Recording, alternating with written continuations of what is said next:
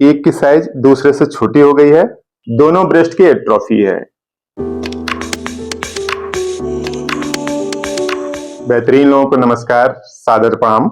आज इस वीडियो में बात होगी 3 होम्योपैथिक मेडिसिन जिसका एक्शन ब्रेस्ट पे है।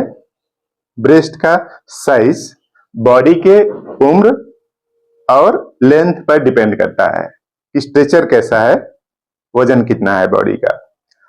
लेकिन उसका साइज अगर कम हो जाए तो उसी को एट्रोफी बोलते हैं। एट्रोफी इन द सेंस कि जैसे मान लीजिए इस तरह से कोई एक आर्गन है, यानी ब्रेस्ट है, इसमें मान लीजिए 20 सेल हैं, ठीक है, 20 सेल है और 20 सेल की साइज इतनी है। अगर ये साइज छोटी हो गई, यानी इतना से इतना छोटा हो गया, तो ब्रेस्ट का साइज भी क्या हो जाएगा, छोटा हो जाएगा। यानी सेल की संख्या तो इसमें भी 20 ही है, दोनों में सेल 20 ही है, लेकिन सेल की साइज छोटी तो उसको एट्रोफी बोलते हैं। तो ब्रेस्ट का साइज महिलाओं में जो कॉस्मेटिक पैरामीटर्स के लिए जरूरी है उसी हिसाब से होना चाहिए, जिस हिसाब से उम्र है या फिर बॉडी की लेंथ और स्ट्रक्चर है। लेकिन उसका संबंध ओवरी से भी है और यूट्रस से भी है, यानी हार्मोनल बैलेंस जरूरी है ब्रेस्ट के साइज को बॉडी के हिसाब से बनाए रखने में। कुछ महिलाओं में ऐसा होता है कि ब्रेस्ट की साइज छोटी हो गई है और दिक्कत तब उत्पन्न होती है जब एक छोटी और एक बड़ी हो जाती है।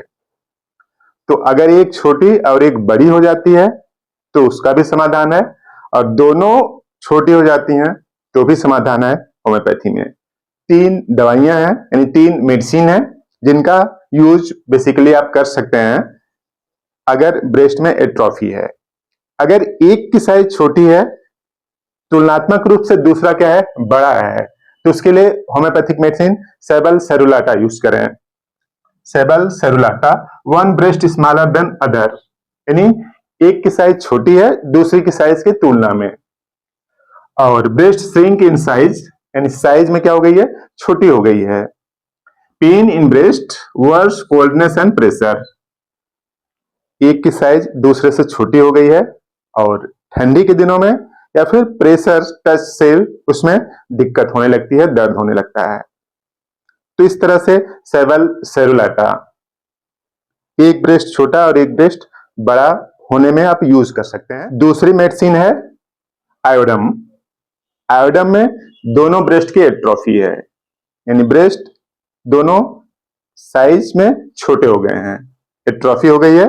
और उसके साथ साथ ऐसा हो सकता है कि अगर नर्सिंग मदर है, यानी जो बच्चे को दूध पिला रही हैं, दूध अचानक से रुक जाए, नर्सिंग मदर में मिल्क का फ्लो अचानक से रुक जाए, और ऐसी महिला जो बच्चे को दूध नहीं पिलाना है उसमें थिन वाटरी डिस्चार्ज हो, तब वो आयोडम का स्फेयर है। देखिए लिखा है atrophy of breast gland, dwindling of breast, दोनों लटक गए हैं, उसके साथ suppression of milk with atrophy, nursing mother में मिल्क आ ही नहीं रहा है, तब आप दे सकते हैं। या फिर नॉन नर्सिंग मदर, यानी जिसको बच्चे का दूध नहीं पिलाना है, उसमें थिन वाटर डिस्चार्ज हो रहा है, तब आप इसका यूज कर सकते हैं आयोडम। और तीसरी मेडिसिन है kali iod, atrophy of breast along with swelling and congestion of ovary.